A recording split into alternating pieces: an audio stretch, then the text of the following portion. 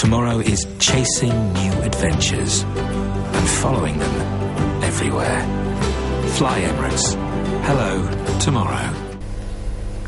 உத்தேச வடக்கு அதிவேக வீதியை நிர்மாணிப்பது தொடர்பில் ராகமையில் நேற்று நடைபெற்ற கலந்துரையாடலின் போது வாக்குவாதம் ஏற்பட்டுள்ளது. இந்த கலந்துரையாடல் சமூக சேவைகள் அமைச்சர் ஃபீலிக்ஸ் பெரேராவின் தலைமையில் நடைபெற்றது.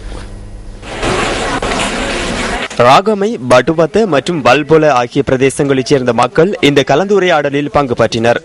நாரங்கொட பாலுவ பட்டுவத்த ஊடாக இந்த வீதி நிர்மாணிக்கப்பட உள்ளதாக முன்னர் தெரிவிக்கப்பட்ட நிலையில் பின்னர் அதனை வல்பொல பட்டுவத்த நகரங்களின் ஊடாக நிர்மாணிப்பதற்கு திட்டமிட்டுள்ளதாக பிரதேசவாசிகள் குற்றம் சாட்டுகின்றனர்.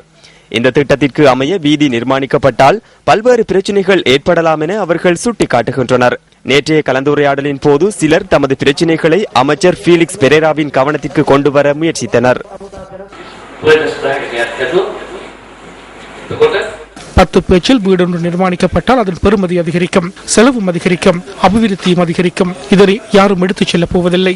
அமைதியாக இருங்கள், வாயை மூடிக்கொள்ளுங்கள். நீங்கள் கதைப்பதாக இருந்தால் இங்கு வாருங்கள், விளையாட முயற்சிக்க வேண்டாம். நான் கூறுவதை கேட்க முடியாவிட்டால் கலைத்து விடுவேன். நீங்கள் யார்? இங்கே வாருங்கள். குடித்து விட்டால் பிரச்சனையை ஏற்படுத்துகின்றீர்கள். அமைதியாக இருங்கள். உங்களது பிரச்சனைகளை நாமே தீர்க்க வேண்டும். அதற்காக இரவு வரை முயற்சிக்க வேண்டாம். விளையாட வேண்டாம். காதல் பிடித்து வெளியே அனுப்புவேன். இதனை குழப்புவதற்கு முயற்சிக்கின்றனர். உங்களது இந்த பிரச்சனைக்கு நாம் தீர்வை வழங்குவோம். பிரச்சனைக்கு தீர்வு வழங்குவதற்கு முன்னர் இந்த இடத்தினூடாக செல்ல போகின்றது என தெரிவித்து ஆர்ப்பாட்டங்களை நடத்துகின்றனர். பொருளாதார அபிவிருத்தி அமைச்சரும் இந்த விடயத்தில் தீர்மானம் ஒன்று இல்லாமலேயே இருக்கின்றார். நீங்கள் என்ன கூறுகின்றீர்கள்? மது போதையில் உள்ளவரை வெளியேற்றுங்கள்.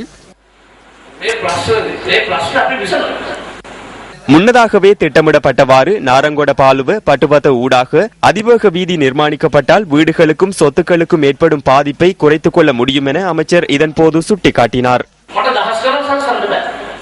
என்னால் ஆயிரக்கணக்கானவர்களை ஆறுதல் படுத்த முடியாது. ஆகையால் எனது தீர்மானத்தை நான் அறிவிக்கின்றேன். நாரங்கொட பாலுவ ஊடாக வீதி செல்ல வேண்டும் என்பது எனது தீர்மானமாகும்.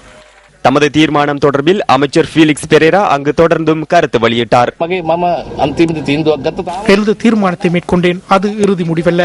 எனது தீர்மானத்தையே நான் கூறினேன். எனது தீர்மானம் தொடர்பில் பொருளாதார அபிவிருத்தி அமைச்சும் அரசாங்கமும் இணக்கம் தெரிவிக்கும் என நான் நினைக்கின்றேன். அது அநீதியான தீர்மானம் அல்ல. இது அநேக மாணவர்களின் மகிழ்ச்சிக்கு காரணமாகும் என்பதே எனது நம்பிக்கையாகும்.